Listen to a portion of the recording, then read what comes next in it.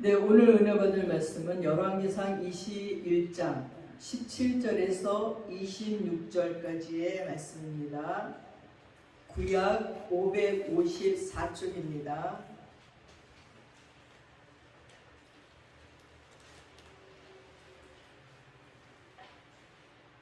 (555쪽) 보겠습니다. 구약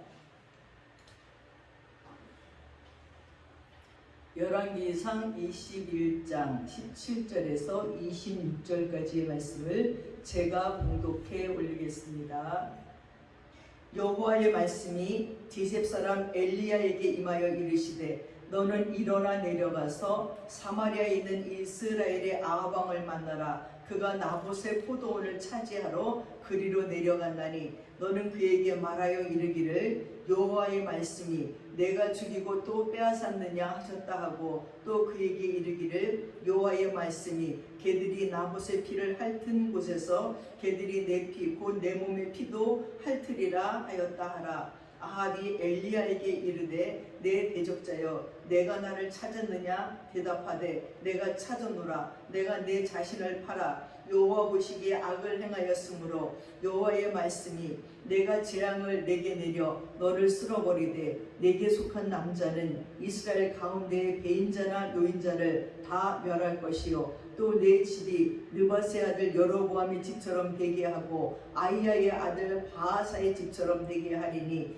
이는 내가 나를 노하게 하고 이스라엘이 범죄하게 한 까닭이니라 하셨고 이세벨에 대하여도 여호와께서 말씀하여 이르시되 그들이 이스라엘 성읍 곁에서 이세벨을 먹을지라. 아합에게 속한 자로서 성읍에서 죽은 자는 개들이 먹고 들에서 죽은 자는 공중의 새가 먹으리라고 하셨느니라 하니 예로부터 아합과 같이 그 자신을 팔아 여호와 앞에서 악을 행한 자가 없음은 그를 그리 안에 이세벨이 충동하였음이라. 그가 여호와께서 이스라엘 자손 앞에서 쫓아내신 아모리 사람의 모든 행함같이 우상에게 복종하여 심히 가증하게 행하였더라. 아합이 이 모든 말씀을 들을 때에 그의 옷을 찢고 굵은 배로 몸을 동이고 금식하고 굵은 배에 누우며 또 풀이 주고 다니더라. 아멘.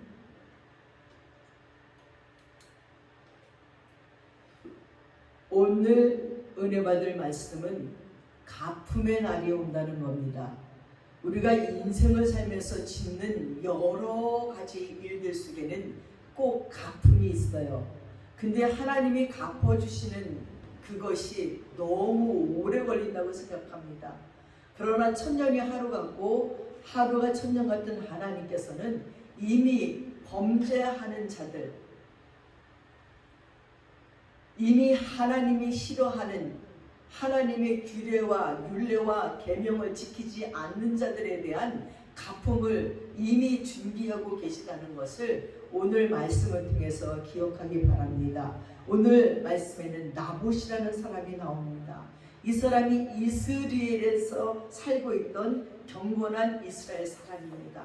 여러분, 이스라엘이라고 하면 지난번에 제가 설교한 것 같이 누구의 이름이지요? 호세아와 고멜 속에서 낳은 자녀의 이름을 이스라엘이라고 하나님이 해냈어요. 그리고 그 이름의 뜻은 심판한다는 겁니다. 이스라엘이라는 그 지역의 이름을 자식에게 준 것은 내가 이렇게 심판할 거야 했던 그 심판의 과정들이 오늘 말씀입니다. 오늘 어떻게 그들이 악한 자들이 심판을 받느냐, 심판받는 진영 이스라엘이 오늘 나오는데 그 이스라엘에서 살고 있었던 경건한 이스라엘 사람이 나봇이에요. 그는 선했습니다. 그는 악한 일을 싫어했고 선한 일에 열심을 냈습니다. 그는 돈을 버는 일 때문에 자신의 경건을 후퇴시키려 들지 않았어요.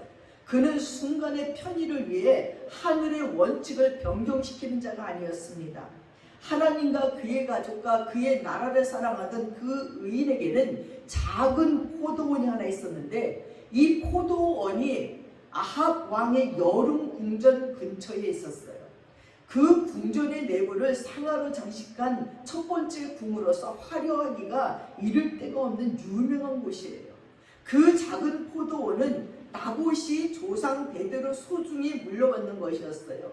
그리고 그는 포도원에 속한 모든 것들을 지극히 사랑했습니다. 그러면 아합은 또 어떤 인간인지 한번 살펴봅시다. 권좌에 앉아있는 사악한 인간 두꺼비 같은 자예요. 이스라엘의 역대 왕 중에 가장 악한 왕이었습니다. 아합은 왕으로서 국가의 모든 부와 군대를 장악하고 있었지만 자신의 정욕과 탐욕은 장악하지 못하고 있었어요. 아합은 최고급의 옷을 걸치고 있었지만 그 속에는 죄 많고 사악하며 문제투성이인 검은 마음이 도사리고 있었습니다. 모든 세계에서 가장 좋은 음식을 먹고 있었지만 그의 영혼은 굶주려 있었어요. 그는 왕이고 안과 같이 화려하게 이를 데가 없는 궁전에서 살고 있으면서도 겨우 한 조각의 땅을 갖지 못하여서 괴로워하던 사나이였어요. 아합은 왕자와 왕관과 호를 가지고 있던 왕입니다. 그러나 그는 자신의 생애의 대부분을 한 사악한 여인의 손아귀에서 놀아났습니다. 그는 그녀의 손에 쥐어진 도구에 불과했습니다. 아합은 하나님을 경외하는 사람들의 경멸의 대상이었습니다. 그들은 아합을 천하고 이기적인 악당이고 이스라엘의 저주라고 불렀어요. 말씀해 보니까 예로부터 아합과 같이 스스로 팔려서 여호와 보시기에 악을 행한 자가 없음은 저가 그 안에 이세벨에게 충동되었습니다. 저가 여호와께서 이스라엘 자손 앞에서 쫓아내신 아모리 사람의 모든 행한 것 같이 우상에게 복종하여 힘이 가증하게 행하였더라 하고 쓰여 있습니다. 또 아세라 목상을 만들었어요. 저는 그 전에 모든 이스라엘 왕보다 심히 이스라엘 하나님 여호와의 노를 격발시켰다고 열왕기상 21장 25절 26절에 말씀하고 있습니다. 이제 두로 왕의 딸 엣발의 딸이었던 이세벨을 또 한번 살펴봅시다. 왕의 딸이었고 아내였던 그녀는요, 그 왕조와 나라에 있어서 가히 비할 자가 없는 악의 천재였어요. 그녀의 사악함은 그 남편의 사악함과는 비교할 수도 없어요. 훨씬 더 악랄했고 그 행동 역시 천방지축이었습니다. 그녀는 오만했고 굽힐 줄 몰랐고 무자비했고 바알을 열심히 숭배했을 뿐만 아니라 그녀의 이방 우상에 대해서 대적하는 자들은, 거부하는 자들은 모든 이들을 미워했어요. 오죽하면 엘리야 선지자가요, 바알과 아세라를 섬기는 우상들을 다 죽이고 제사장들을 죽이고 났을 적에 이세벨이 너 가만두지 않을 거야, 너 죽여버릴까 하고 쫓아올 적에 엘리야 선지자도 도망가서 로뎀나무 밑에 그늘에서 하나님 나를 죽여주세요, 너무나 두려워 떨었던 그런 악한 자가 이세벨이었습니다. 그 자신의 사악함을 깨닫지 못하고 자신의 추잡함에 대해 뻔뻔스러운 것은 나일의 아름다운 마술사였던 클레오파트라를 닮았대요. 음란함과 배역함에 있어서는 요셉을 유혹하다가 안 되니까 누명을 씌워서 감옥에 집어넣은 보디발의 아내를 닮았습니다. 그 대담성에 있어서는 스코틀랜드의 피에 메리를 닮았어요.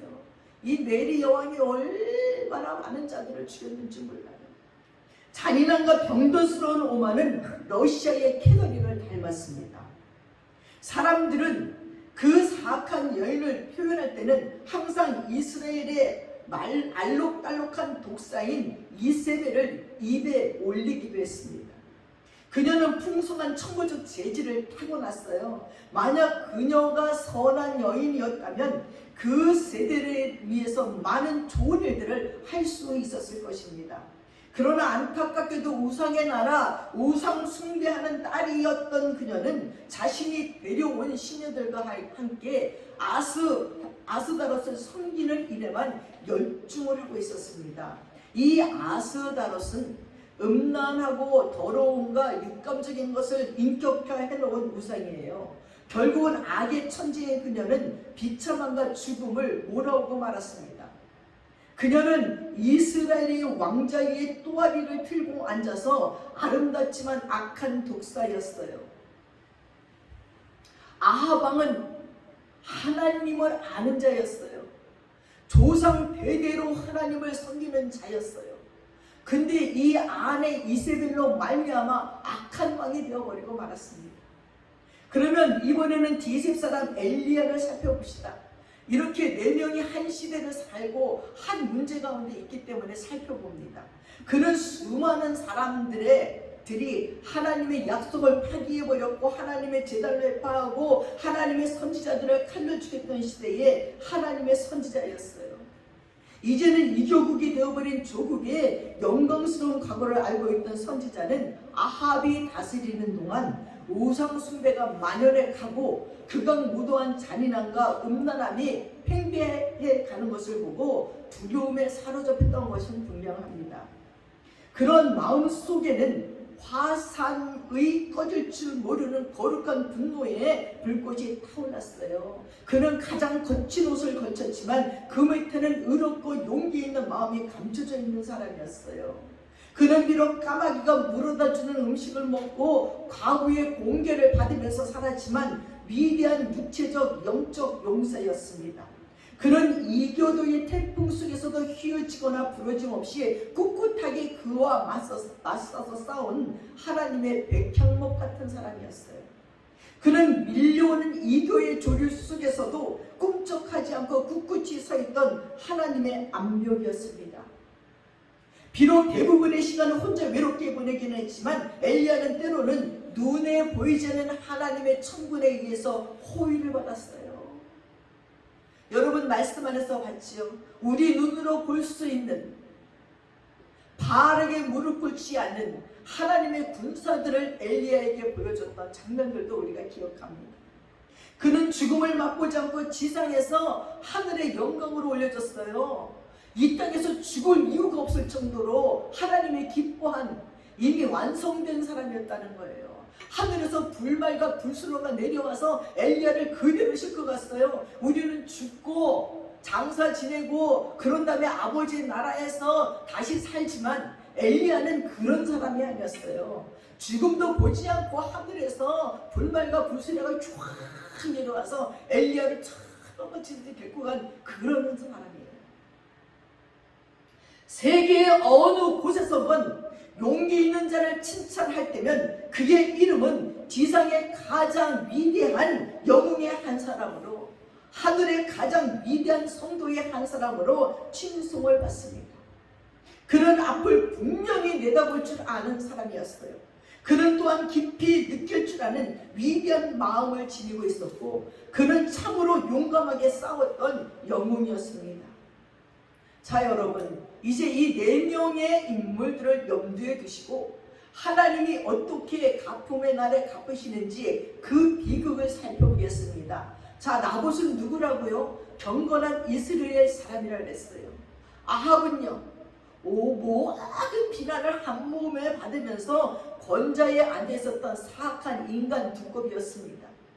이세벨은요, 두꺼비 옆에 앉아 있는 예쁜 독사입니다. 엘리야는요, 살아계신 하나님의 선지자예요. 자, 이 4명의 인물 가운데 역사하시는 하나님을 만나봅시다. 열왕기상 21장 1절 2절을 한번 보십시오. 열왕기상 21장 1절과 2절을 한번 봅시다. 제가 봉독할 때는 여러분 눈으로 따라 보세요. 그 후에 일이 있으리라. 이스라엘 사람 나봇에게 이스라엘의 포도원이 있어 사마리아의 왕 아합의 왕궁에서 가깝더니 아합이 나봇에게 말하여 이르되 내 포도원이 내 왕궁 곁에 가까이 있으니 내게 주어 채소밭을 삼게 하라. 내가 그 대신에 그보다 더 아름다운 포도원을 내게 줄 것이요 만일 내게 좋게 여기면 그 값을 돈으로 내게 주리라. 이때까지만 해도 아합은 의로웠다고 할 수 있어요. 왜냐하면 그는 나봇에게 포도원을 빼앗을 의향이 없었고 그로 인해서 죽일 생각도 없었어요. 그는 정직하게 그 포도원에 해당하는 값을 치르고 사겠다고 말했습니다. 아마 사람들은 왕의 청을 들어주기 위해 조상의 유혹 같은 소리는 뒤로 미루고 왕이 사기를 친 것도 강탈을 하겠다는 것도 아니니 적당히 하라고 했을 것입니다. 요즘 시대에는 무슨 일이지요? 조상의 유업 때문에 왕의 청을 거절하다니요. 더 많은 재물을 얻고 팔 수도 있는데요. 요즘 땅값 오르면요, 무슨 조상이 준 땅에 뭘 상관이 있습니까? 그 땅값 다 팔아요. 오르기만 하면 좋습니다. 대대손손 조상이 있고 산소가 있는 거 상관없어요. 땅값이 오르면 다 팔아치우고 떠나버립니다. 추석 명절을 지나고 나니 참 씁쓸합니다. 평상시에도 어른들께 인사하러 안 오는데 그런 명절날도 안 옵니다. 조상들이 묻혀있는 산소라도 가보자고 하면 살아생전에 얼굴을 본 적이 없는 할머니 할아버지를 무슨 산소를 가냐고 안 가겠다는 소리를 들으면서 얼마나 당황스럽든지요. 그 조상들이 없으면 우리는 결코 있을 수 없습니다. 조상들이 얼굴을 어떻게 봅니까? 자기 아버지가 아기였을 때 돌아가신 그 아버지, 어머니, 그 조상들을 어떻게 자기가 봅니까? 하지만 눈에 보이지 않아도 그 조상들이 계셔서 우리가 있고 내가 있습니다. 근데 내가 얼굴 한번 보지 않은 조상이라고 산소를 안 가보겠다고 한다면 앞으로 우리는 조상이 없는 사람으로 살아가야 될 것입니다. 이렇게 조상의 유업으로 받은 땅 때문에 그걸 지키다가 자기도 죽고 자식들까지 다 죽이게 생겼어요. 이 나봇은. 아합은 유대인들이 그들의 땅에 팔기를 싫어한다는 걸 고려하지 않았어요. 모든 이스라엘 백성들은요, 특별한 권리에 의해 자신의 땅을 점유하고 있습니다. 그리고 토지 거래에 있어서는 양 당사자 외에 또 다른 당사자가 계셨으니 그분은 천지를 창조하신 하나님이십니다. 유대와 이스라엘에 있어서 여호와 하나님이야말로 땅의 진정한 소유자예요. 그래서 모든 지파와 족속은 하나님으로부터 그들의 땅을 분배받았습니다. 그러나 하나님께서는 땅을 분배하시면서 한 가지 조건을 내걸었어요. 영원히 그 땅을 팔아서는 안 된다는 것이었습니다. 민수기 36장 7절 9절에 보니까 토지는 영영이 팔지 말 것은 너희는 나그네여 우고하는 자로서 나와 함께 있느니라. 니네 것이 아니라는 거예요. 당초 니네 나그네라는 거예요. 잠깐 우고하는 자라는 것입니다. 그러면 이스라엘 자손이 이 지파에서 저 지파로 옮기지 않고 이스라엘 자손이 다 각기 조상 지파의 기업을 지킬 것이기 때문에 그랬습니다. 사랑하는 여러분, 그러므로 우리는 조상의 유업을 영영히 파는 것은 율법에 어긋나는 일입니다. 나봇에게 있어서 돈을 받고 유업을 팔거나 다른 더 좋은 포도원과 바꾸는 일은 참된 종교에 대한 충성을 거부하는 일로 생각될 것이라는 점을 아합은 잊었습니다. 제가 뭐라 그랬죠? 아합은 이스라엘 왕이에요.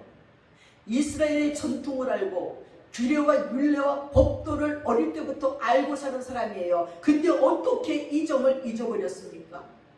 만약 그가 실제로 율법을 알고 있었다면 우상 숭배가 극에 달했던 당시에는 신약이 되면 모든 것이 원래대로 돌아가야 된다는 원칙이 무시되고 있었음도 알았을 것입니다. 그렇기 때문에 나봇은 비록 자신이 아합의 가장 가까운 이웃이었지만 종교적인 신분과 조상적부터의 긍지가 뒤섞여서 그 자리에 굳게 서서 자신의 권리를 지키기로 결심을 한 것입니다. 그는 두려움에 찬 표정과 떨리는 목소리로 자신은 왕에게 포도원을 팔지 않을 것이고 다른 국가도 바꾸지 않겠다고 말했습니다. 여러분, 이게 보통 용기인 줄 압니까? 그는 사람으로부터 위협을 두려워하기보다는 하나님에 대한 의무를 더 신실히 지키기를 원했기 때문에 왕의 요구를 굳건히 거절했던 것입니다. 사람을 두려워하기보다는 하나님을 두려워하는 그는 말했습니다. 내 열조의 유업을 왕에게 주기를 여호와께서 금지하실 것입니다. 조상들 얼굴이 본 적이 없어도 조상들의 종교적 가르침을 잘 지켰고 이스라엘에 대한 하나님의 언약에 신실했던 나봇은 자신이 하나님으로부터 그 땅에 대한 영구 소유권을 부여받았다고 믿었습니다. 그의 아버지와 할아버지 그리고 분명히 증조 할아버지도 그 땅을 소유하고 있었을 것입니다. 그의 어린 시절의 추억은 모두 그 포도원과 연관이 되어 있을 것입니다. 지금은 고인이 되어 땅속에 묻혀있는 그의 아버지의 소원이 포도원의 모든 가지를 손보았고, 그렇기 때문에 나봇에게 있어서는 가지들 하나하나가 소중했고 추억이었습니다. 그리고 지금은 역시 고인이 되어 땅속에 묻혀있는 그의 어머니는 그 가지들 하나하나에서 포도 송이를 따궈냈습니다. 그래서 나봇은 그 포도원의 모든 구석구석을 다 사랑했어요. 종교적, 감정적 유대관계와 가족으로서의 긍지는 그로 하여금 포도원에 대한 강한 애착을 느끼게 만들었습니다. 그렇기 때문에 거절은 신속하고 단호하고 최종적이고 정중한 것이었어요. 나봇은 인접한 왕궁에서 우상 숭배로 떠들썩한 광경을 다 보았을 거예요. 경건했던 나봇은 포도원을 팔라는 왕의 요구에 대해서 영적인 위기감을 느꼈을 거예요. 이 이세벨이 아스다롯을 섬기고 바알을 섬기느냐고 잔치를 벌리고 제사를 지낸다고 구슬하듯이 난리피며 하나님이 싫어하는 짓을 행하는 모든 것을 나봇을 보면서 항상 두려움을 느끼고 살았을 것입니다. 근데 어떻게 포도원을 줍니까? 그 포도원을 주면 또 우상 숭배를 하는 그것으로 쓸 텐데 어떻게 주겠습니까? 줄 수 없습니다. 그래서 왕의 요구를 용감하게 거절했어요. 그 거절에 아합이 마음이 상했습니다. 저는 오늘 나봇의 행동을 보면서 이 시대의 교회들도 생각해 봅니다. 교회를 잘 지었는데 빚이 갚을 수가 없어요. 그래서 조금 더 준다는 이단들에게 교회를 파는 곳이 얼마나 많은지 몰라요. 그냥 정통교회에 팔면 돈을 얼마 못 받는데 그 이단들은 많은 돈을 주는 거예요. 제가 아는 아주 친한 목사님도 자기 교회를 나는 어디다 팔았나 했더니 이단에게 팔았더라고요. 그래서 그렇게 많이 받은 거예요, 돈을. 신해동에 있는 그 어떤 교회는. 아마 속에서 분노가 일어나는 거예요. 나봇 같은 사람은 자기 유익보다 왕의 명령도 어기면서 자기 생명을 드리고 아들들의 생명까지 드리면서 그 땅을 지키려고 했어요. 왜? 영적인 땅이니까, 조상들의 땅이니까 우상이 짓밟지 않게 하려고. 근데 이 땅의 목사들은 자기 유익을 위해서 자기 교회를 이단에 넘겨버리는 것을 보면서 이 무슨 일인가? 여러분, 지금 이 시대에 얼마나 많은 교회가 지금 혼탁한지 몰라요. WCC에 가입한 교회들, 신천지에 넘어간 교회들, 아니면 저 윗동네에 넘어가 있는 교회들. 아니, 교회가 다 이상해졌어요. 자유주의 신앙, 개인주의 신앙, 공산주의 신앙, 이런 것들이 짬뽕이 돼서요. 이렇게 코로나가 오래가도요, 기도하고 회개하지 않은 교회가 없어요. 큰 교회에서. 이렇게 재앙이 물밀듯이 몰려오는데도 우리는 회개해야 됩니다. 미스바 광장에 모여서 기도합시다 하는 자들이 없어요.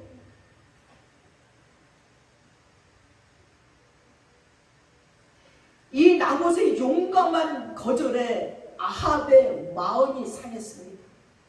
열왕기상 21장 4절에 봅시다. 한심하게 이럴 데가 없는 아합의 모습을 보십시오. 이스라엘 사람 나봇이 아합에게 대답하여 이르기를 내 조상의 요한을 왕께 줄 수 없다 하므로 아합이 근심하고 답답하여 왕궁으로 돌아와 침상에 누워 얼굴을 돌리고 식사를 아니 무슨 응석바지 어린아이입니까? 알사탕 안 준다고 과관도 아니에요. 꼬르퉁에서 입을 뒤집으시고 누워있는 이 왕의 모습을 보십시오. 나봇의 포도원을 뺏지 못한 실망과 분노 때문에 이 왕이 아무것도 할 수가 없어요. 시리아를 비롯해서 많은 땅들을 자기 발 아래 굴복시킨 정복자가 자기 자신을 다스리지 못해서 마치 병든 사냥개처럼 끙끙거리고 있는 거예요. 음식도 거부하고 해가 중천에 떠 있는데도 침대에서 누워서 일어나질 않아요. 아합은 아무것도 잃은 것도 없고 아무것도 얻은 것이 없었어요. 아무도 그를 해치지 않았습니다. 아무도 그의 목숨도 노리지 않았어요. 그런데도 그런 엄청난 군대와 부를 지닌 왕답지 않게 어린 아이처럼 징징 울고 있는 것입니다. 사랑하는 여러분, 이스라엘 왕 아합의 모습은 오늘날의 사람들의 모습과 얼마나 유사합니까? 오늘날에도 재능을 가진 많은 사람들이 아합처럼 행동하고 있습니다. 저와 여러분이 알다시피 세상에는 다이아몬드나 루비와 같이 귀한 재능을 가진 사람들이 많이 있습니다. 그런데 그들의 재능을 하나님을 위해서 사용하는 대신에 오히려 사단을 섬기는 데 사용합니다. 많은 사람들이 파이프, 오르간이나 피아노를 다 연주할 줄 알아요. 그러나 교회에서 사례금을 많이 줘야지만 연주합니다. 조그만 개척교회 같은 데서는 무료로 연주해 주지도 않아요. 그리고 귀찮아서 하지도 않아요. 요즘은 TV를 틀기만 하면 어떻게 그렇게 노래를 잘하는 사람들이 많습니까? 대한민국 사람들이 다 가수 같아요. 아주 신금을 울리는 음성입니다. 그러나 그 재능을 그리스도를 위해서 사용하지 않는 한 그것은 시끄러운 괭가리 소리입니다. 어떤 이는 초고속 열차 같은 능력을 가지고 있지만 손수레처럼 일하는 자가 또 얼마나 많은지 몰라요. 어떤 이는 돈 벌 능력이 있어 재물을 모으기도 하였지만 그 돈을 한 푼도 하나님을 위해서 쓰지 않습니다. 그 돈은 소리를 치면서 나가는데 병으로 나가고 사고로 나가고 사기로 다 빼앗깁니다. 최고의 약물과 최고의 은사를 가지고도 그 힘과 재능을 하나님을 섬기는데 충분히 활용하고 있지 못하면 아합 왕의 이 비극적이고 우스꽝스러운 모습에서 교훈을 받아야 됩니다. 하나님이 좋은 위치와 좋은 지위와 부와 모든 은사를 주면 뭐합니까? 그것을 쓸 줄 몰라서 어린아이 같은 짓이나 하고 있는데요. 드디어 사악한 아이 이세벨이 아합이 아무것도 먹지 않고 일단은 서신을 듣고는 의아하기도 하고 화가 나기도 해서 헐렁벌떡 아합에게 왔어요. 분노로 시튼 때문에 벽을 향해 누워있는 아합을 달랩니다. 여러분 21장 7절을 보십시오. 그의 아내 이세벨이 그에게 이르되 왕이 지금 이스라엘 나라를 다스리나이까 일어나 식사를 하시고 마음을 즐겁게 하소서. 내가 이스라엘 사람 나봇의 포도원을 왕께 드리리이다 하고, 야 이제 왕이여 일어나요. 당신이 지금 이 나라를 다스리는 사람 이게 뭐하는 짓입니까? 일어나세요. 내가 그 나봇의 포도원을 왕께 주겠습니다. 호언장담합니다. 그리고 이세벨은 이스라엘 장로들에게 편지를 썼습니다. 그 편지 속에 나봇을 죽일 음모가 있습니다. 이세벨은 얼마나 비열한 방법을 사용해서 합법적으로 그를 죽이려 하고 있습니까? 이세벨이 사용한 증인들은 전혀 자격이 없는 자들이었어요. 그들은 뇌물을 받고 자신의 이익을 위해서는 어떤 거짓 맹세라도 할 자들이었습니다. 또한 이스라엘의 지도자들은 무슨 복수를 자행할 자에 대한 두려움인지 혹은 그들이 여러 문제에 있어서 신세를 지고 있어서인지 아니면 자기들의 자신의 부정함에 대한 혐오에서든 이세벨이 편지에서 지시한 내용을 모두 실행했어요. 이들 모두가 하나님을 믿는 자들이라는 걸 여러분 염두에 두세요. 21장 13절 보십시오. 때에 불량자 두 사람이 들어와 그의 앞에 앉고 백성 앞에서 나봇에게 대해 증언하여 이르기를 나봇이 하나님과 왕을 저주하였다 하매 무리가 그를 성읍 밖으로 끌고 나가서 돌로 쳐 죽이고, 비루 두 명이 들어와 백성 앞에서 나봇에게 대하여 증거하되 나봇이 하나님과 왕을 저주했다는 거예요. 그리고는 나봇을 거치게 끌어내리고 사람들 사이를 질질 끌고 나가서 땅 위에 내동댕이 치고 돌로 쳤습니다. 계란이 깨지듯이 머리가 깨지고 무릎이 부서지고 팔들이 깨졌습니다.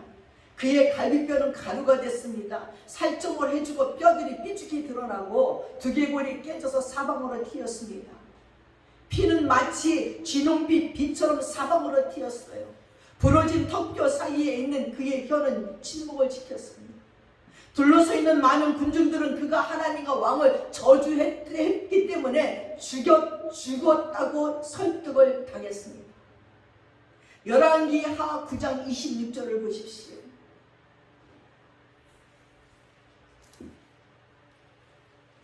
거기에 그의 죄 없는 아들들마다 죽여버립니다. 왜? 유산의 상속을 주장할 수 없게 하려고요. 상속인이 없어진 나봇의 포도원은 드디어 왕의 차지가 되고 말았습니다. 결국 나봇은 왕의 손에 의해서가 아니라 그의 동료 시민들에 의해서 정죄를 당하고 종교와 국법의 이름으로 합당하게 죽은 것이 되었습니다. 사랑하는 여러분, 어찌 이리도 우리 예수님의 죽음과 똑같을까요? 많은 사람들이 판단해 볼 적에 나봇이 가지고 있는 구식의 보수주의는 사회의 진보적인 상태와는 전혀 양립할 수 없는 거꾸로운 것이었습니다. 나봇의 정의로운 엄격성은 많은 면에 있어서 진보적인 이스라엘 사람들에게 인기를 얻지 못했어요. 우리 예수님도 이 땅에 오셔서 인기가 없는 거예요. 하나님의 말씀대로 살라고 죄를 지적하는 예수가 너무너무 못 견디겠습니다. 그래서 그를 십자가에 못 박혀 죽여버리고 말았습니다. 그들은 아주 합법적으로 질서있게 놀라울 정도로 민주적인 방법으로 나봇을 처형했고 예수님을 처형했어요. 이 사단의 음모는 예수를 죽이는 데에도 등장하여 똑같은 방법으로 예수님을 십자가에 못 박았습니다. 충직스럽고 애국적인 이스라엘 사람들은 피투성이 나봇과 그의 아들들의 시체를 버려두고 떠나버리자 땅거미가 깔리기 시작할 무렵부터 성주위에 맴돌며 먹이를 찾던 굶주린 들개들이 그들의 시체를 개국스럽게 뜯어먹기 시작했습니다. 굶주린 들개의 광기 어린 눈을 보십시오. 전에 이스라엘 가서 저는 정말 그 들개들을 보고 깜짝 아직도 있어요. 이 들개가. 이때가 언제입니까? 이때도 들개들이 사막에 있었는데 지금도 있어요. 홍해바다에 그 해저 터널을 들어가려고 기다리고 있는데 언덕 위에 들개들이 쫙 아주 늠름하게 서서 그냥 막 눈이 번쩍번쩍 살겨어린 눈으로 보는 걸 보면서 가이드가 그러는 거예요. 절대 이상한 행동하지 마세요. 절대 딴 데 가지 마세요. 그냥 쏜살같이 뛰어오면 곧장 나에게 올 것 같은 그런 두려움에 들개들이 꼭 늑대같이 생긴 들개들이 거기에 있는 것을 봤는데 이 굶주린 들개들이 이렇게 나봇의 시체를 뜯어먹었다는 것입니다. 그때 이세벨은 뭘 하고 있었을까요? 목욕을 하고 있었을까요? 노래를 부르고 있었을까요? 춤을 추고 있었을까요? 맛있는 음식을 먹고 있었을까요? 죄 없이 나봇이 죽어갈 때, 그의 아들들이 죽어갈 때 나봇의 아내가 남편과 아들들을 잃고 평생 감으로 외롭게 살아가야 되는 슬픔 속에 있을 때 이세벨은 아랑곳하지 아니하고 아합에게 갔습니다. 자, 일어나세요. 내려가서 나봇의 포도원을 취하십시오. 사랑하는 여러분, 이세벨이 아합을 일어나라고 할 적에 하나님은 가만히 계셨는지 압니까? 하나님께서 엘리야 선지자에게 일어나라고 하십니다. 이세벨의 나봇의 포도원을 취하러 내려가려고 할 적에 하나님께서도 엘리야에게 일어나 내려가라고 명하셨습니다. 열왕기상 21장 17절과 19절을 보십시오. 여호와의 말씀이 디디사람 엘리야에게 임하여 이르시되 너는 일어나 내려가서 사발에 있는 이스라엘의 아방을 만나라. 그가 나봇의 포도원을 차지하러 그리로 내려가나니 너는 그에게 말하 이르기를 여호와의 말씀이 내가 죽이고 또 빼앗았느냐 하셨다고 또 그에게 이르기를 여호와의 말씀이 개들이 나봇의 핏을 핥은 곳에서 개들이 내 피 곧 내 몸의 피도 핥으리라 하였다 하라. 얼마나 멋진 하나님인지. 저는 사단이 그의 아들에게 일어나라고 말했지만 하나님께서도 그분의 알리에게 일어나라고 말씀하실 수 있는 우주 속에 살고 있다는 것이 너무 기쁩니다. 드디어 아합이 새로 그의 차지가 된 포도원을 이리저리 둘러보고 있을 때 마치 다른 세계에서 온 유령처럼 엘리야가 짠하고 갑자기 나타나 아합 앞에 무시무시하게 서 있는 겁니다. 아합은 지난 5년 동안 엘리야를 못 봤습니다. 아합은 그가 이세벨 때문에 겁을 먹고 조용히 사는 줄 알았습니다. 하지만 이제 그 선지자는 전능하신 여호와 하나님의 사형 집행자로 영장을 손에 들고 그의 앞을 막아선 것입니다. 아합에게 있어서 엘리야와 얼굴과 얼굴, 눈과 눈, 영혼과 영혼을 마주 대하고서 있던 몇 분간의 순간은 마치 영혼과도 같이 괴로운 순간이었습니다. 아합은 야채밭을 가질 욕심으로 포도원을 차지하기 위해서 그곳에 갔어요. 세상에 나봇과 그 아들들을 그렇게 죽이고 나봇의 조상 대대로 얻은 포도원을 야채밭을 삼고 싶대요. 여기다 배추 심고 무 심고 호박 심고 가지 심고 오이 심어야지 이러고 싶어서 이딴 짓을 했다는 것입니다. 그런데 그는 그곳에서 의와 명예와 심판과 그 얼굴로 마주대한 것입니다. 아합이 엘리야에게 이르되 나의 대적이여 내가 나를 찾았느냐. 엘리야는 아합의 죄된 영혼을 깨뚫어보는 불타는 눈으로 그를 바라보며 대답했습니다. 엘리야의 목소리는 조금도 떨림이 없었습니다. 내가 찾았노라. 내가 스스로 팔려 여호와 보시기에 악을 행하였음을. 그리고 나서 엘리야는 천둥과 같은 위협적인 말을 계속 이어갔습니다. 열왕기상 21장 19절 22절에 네가 죽이고 빼앗았느냐. 여호와의 말씀에 개들이 나온 곳에 핏을 핥은 곳에서 너희의 피도 핥으리라. 얼마나 무서운 말이고 끔찍한 말입니까? 아합이 엘리야를 모릅니까? 3년 6개월 비를 내리게 하지 않았던 엘리야, 그리고 비를 내리게 했던 엘리야의 능력을 알고 있는 아합 왕이었고 엘리야의 말은 하나도 땅에 떨어지지 않는다는 것을 알고 있는 아합 왕이니 그 엘리야로부터 그런 말을 들었을 적에 정말 심장이 떨렸을 것입니다. 풀이 죽었다고 말했습니다. 여호와의 말씀이 재앙을 내려 내가 너를 쓸어버리되 내가 속한 남자는 이스라엘 가운데 매인자나 노인자나 다 멸한대. 또 내 집으로 느와세 아들 여로보암의 집처럼 되게 하리니 이는 내가 나와 너를 격동하고 이스라엘로 범죄케 한 까닭이라고 했습니다. 듣기만 해도 속이 후련합니다. 움츠려있는 아합을 채찍으로 후려 갈기듯이 엘리야는 계속 말했습니다.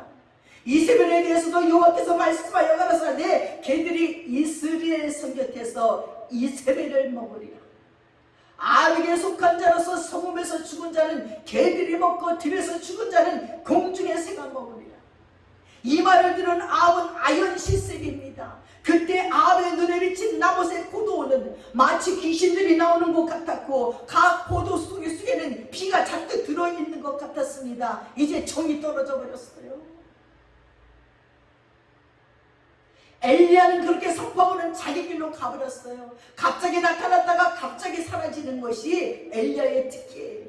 아합은 결국 자신을 팔았으면서도 아무것도 얻지 못했습니다.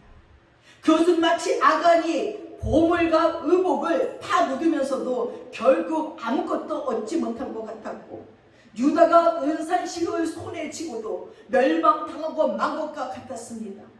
유다는 범죄 후 너무나 손이 뜨겁고 양심이 뜨겁고 영혼이 뜨겁기 때문에 결국 올가미로 목을 매는 것으로 위안을 삼고 말았습니다.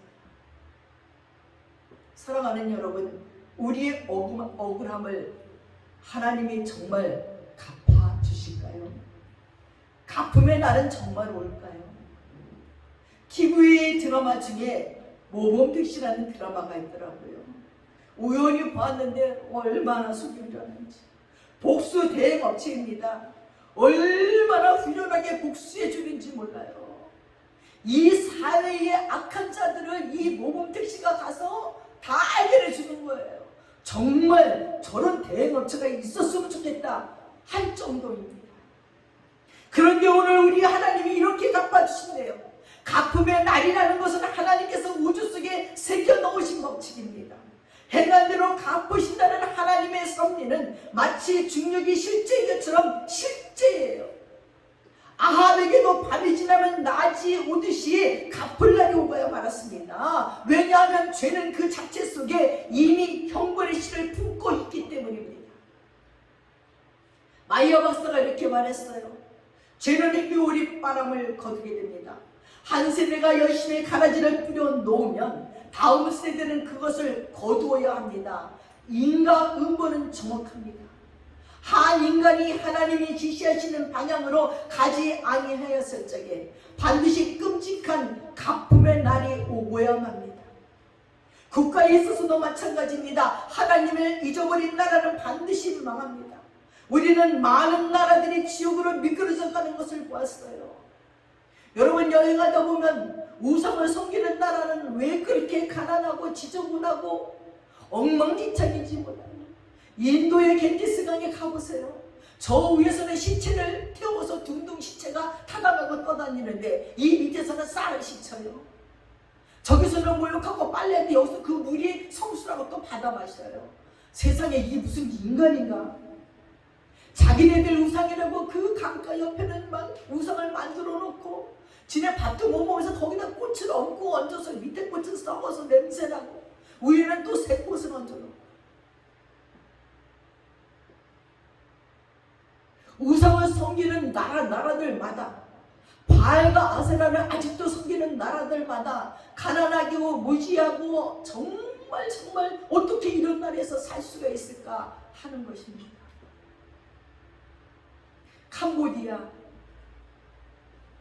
네팔, 아니 이렇게 바알 신상을 아세라로 신상을 동네 어귀마다 아니면 그 자기네가 만드는 그 신상들에 만들어 놓고 만지면서 지나가면 복이 온대요. 너무너무 위생적으로 더러워서 전염병이 진짜 그저 찾아올 것 같은 그렇게 가난하게 사는 나라들은 다 바알과 아세라를 섬기고 우상을 섬기는 나라들이었습니다. 국가도 이렇게 망해버리는 것입니다.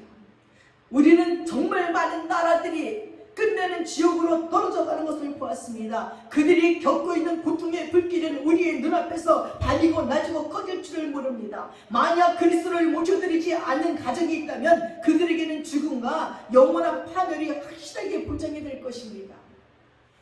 어릴 때는 잘 사는 집이 부러웠어요. 예수 안 믿어도. 근데 인생을 살다 보니까 그 잘 사는 거 하루아침에 사라지더라고요. 하나님을 섬기지 않는 가정이 얼마나 비참한지 몰라요. 자녀들은 이혼하고 그리고 병들어 죽고 망하고 갈 곳도 없는 형편없는 자들이 되어 있는 것을 너무나 많이 봅니다. 이런 임용의 시도 있습니다. 그대는 갚아야 하리라. 만일 그대가 한 일은 무겁게 저울에 달리고 있나니 악을 벗어나 더 높이 오른다 해도 더 많이 얻는다 해도 비록 그대 성공한다 하나 인간 음모의 위협에 놀라 움츠려들게 되리라. 공포가 그대의 평화를 깨뜨릴 것이며 그대가 흐르게 한 피가 그대 자신의 피를 요구하리라. 그대가 취한 것보다 오히려 더한 양심의 고통을 느끼게 될 것이고 비록 그대 도망쳤다 할지라도 밤마다 그대는 대가를 치러야 하리라.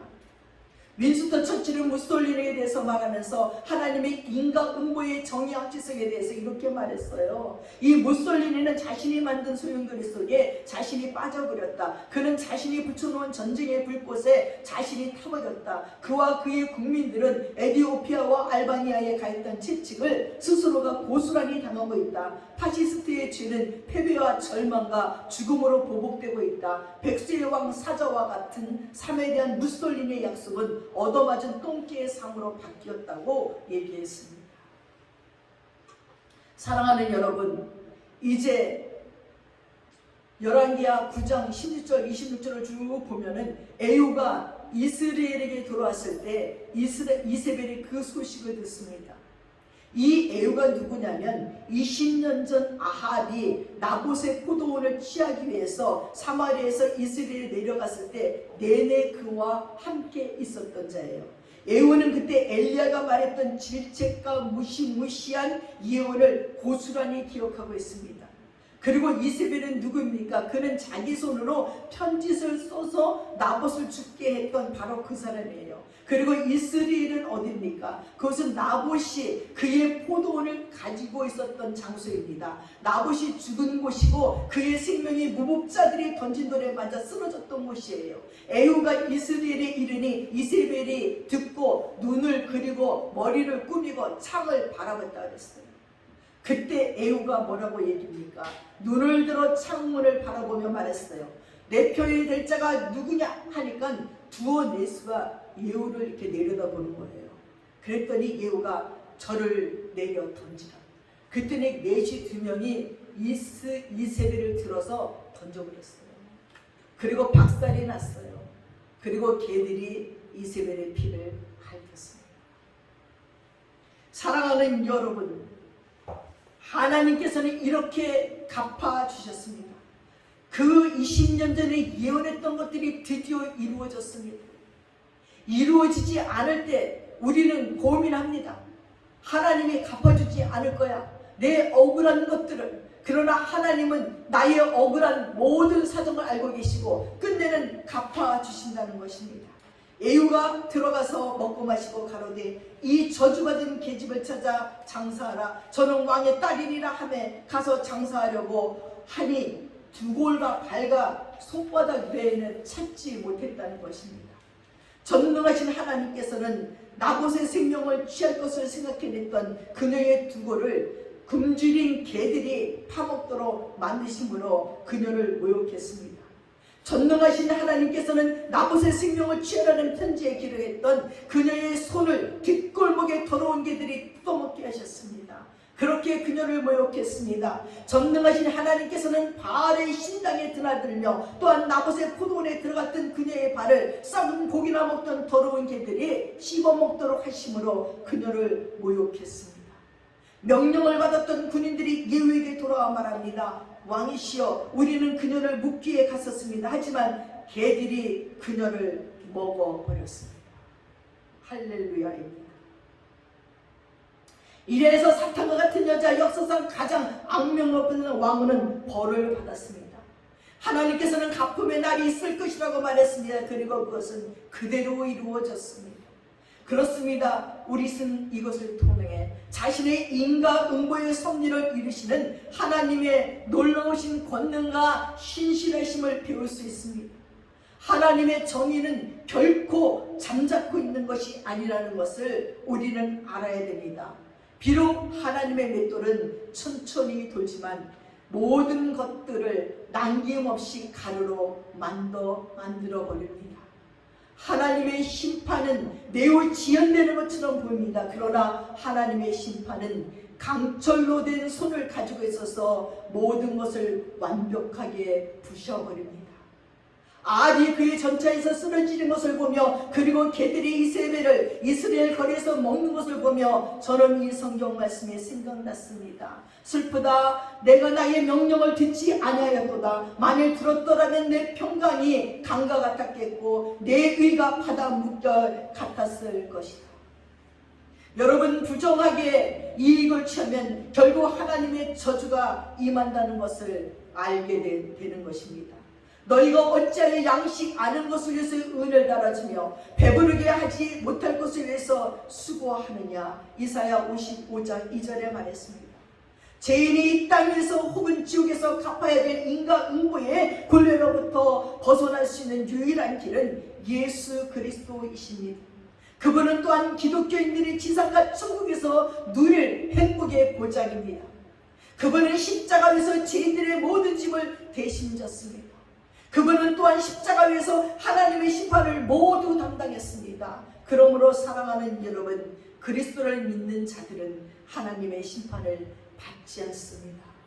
어떤 죄를 지었든지 예수 그리스도를 구주로 고백하고 그분 앞에 참여하셔서 모든 심판에서 벗어나시는 저와 여러분 되시기를 축원합니다. 기도하겠습니다. 사랑하는 아버지 하나님, 오늘 나봇이 그 아름다운 포도원을 갖고 있었고 그 포도원이 하나님께로부터 받은 것이고 조상으로부터 받은 것이기에 아끼고 애지중지한 것 때문에 아합을 통하여 이세벨을 통하여서 그렇게 비참하게 죽었고 아들들까지 죽었습니다.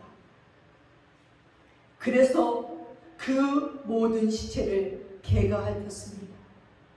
개가 먹어치웠습니다. 그러나 하나님, 그 억울함은 하나님께서 엘리야를 통해서 예언한 것 같이 20년 후에 이세벨에게 아합에게 그대로 갚아주셨습니다. 하나님, 우리는 이 땅을 살면서 자꾸 크게 억울한 일들이 너무나 많이 있습니다. 하나님은 살아계실까? 하나님은 갚아주지 않을까? 하나님, 원수의 목전에서 내게 상을 베푸시고 하나님이 갚아주신다고 말했는데 그때가 언제일까 하면서 기다리는 저희들의 마음이 애가 탈 적이 많습니다. 그러나 얼마 지나지 않아 하나님께서 갚아주심을 볼 수 있습니다.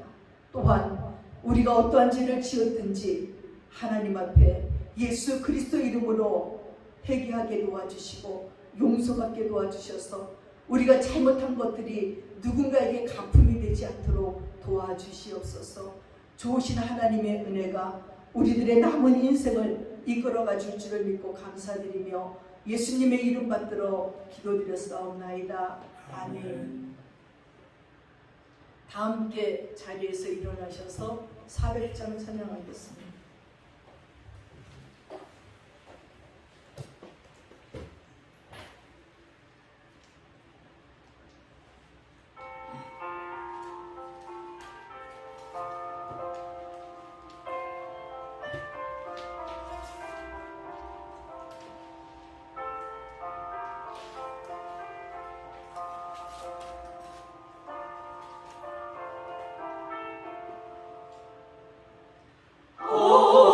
시험물 속에서 나를 건져주시고 노방풍랑 지나도록 나를 숨겨주소서. 주여 나를 돌보시사 고이 품어주시고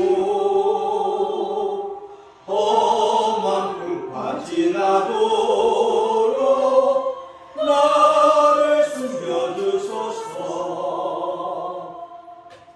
권세 능력 무한하사 모든 시험 이기고 풍랑까지 다스리는 주님 앞에 이르니 주여 나를 돌보시사 고이 품어주시고 험한 풍파 지나도록 나를 숨겨주소서.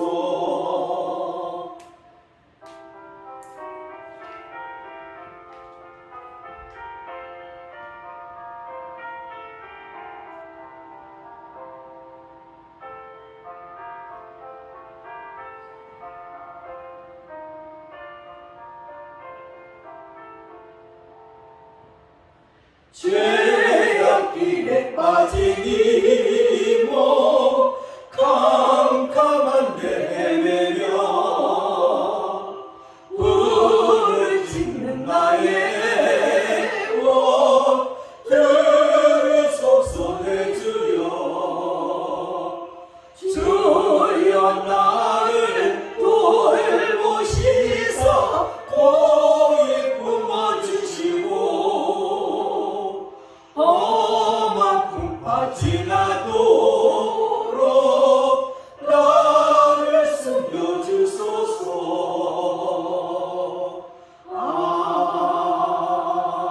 아멘.